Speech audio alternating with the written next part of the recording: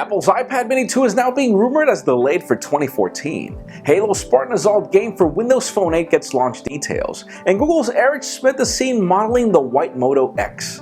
I'm Jaime Rivera, and I'm torn between being drunk this weekend or working out. This is Pocketnow Daily.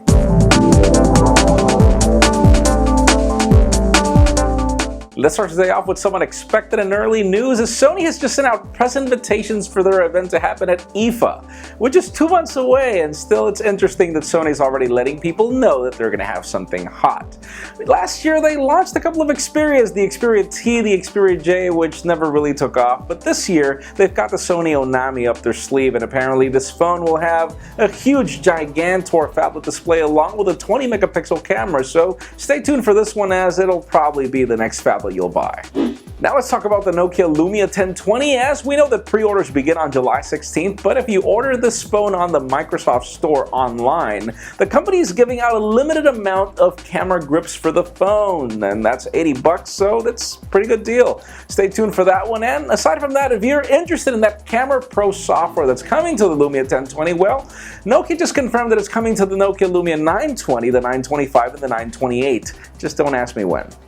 Speaking of Windows Phone, we don't know why Microsoft has taken so long to bring Halo into their smartphone platform, but the game is going to be called Halo-Spartan-Assault, and it's going to cost you $7 and will be available later this month, but with a catch. Sadly, it's going to be exclusive for Verizon during the first coming weeks, and we don't know when it's going to be available for everybody else, so stay tuned if you're on Verizon. Speaking of Verizon, we've got some leaked photographs of the Moto-X running on their 4G LTE network, which is kind of interesting since we've got the Motorola Droid Ultra lineup also coming to Verizon. Don't know how that's going to play out, but interesting. We've got some more leaks about some special materials coming for faceplates for this phone. Apparently we're getting wood, ceramic materials, and we're not sure if those are really credible, but we've got Eric Schmidt on photographs using the Moto-X in white, and it looks like some sort of ceramic, so stay tuned on how that's going to play out.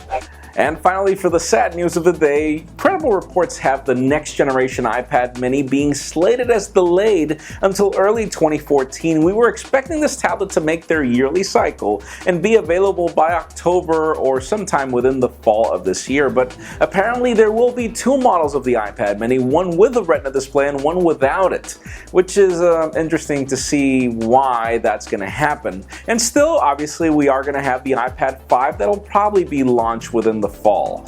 Not sure why this delay is happening, most probably because of that Retina display module, but anyways, that leads me to the question of the day.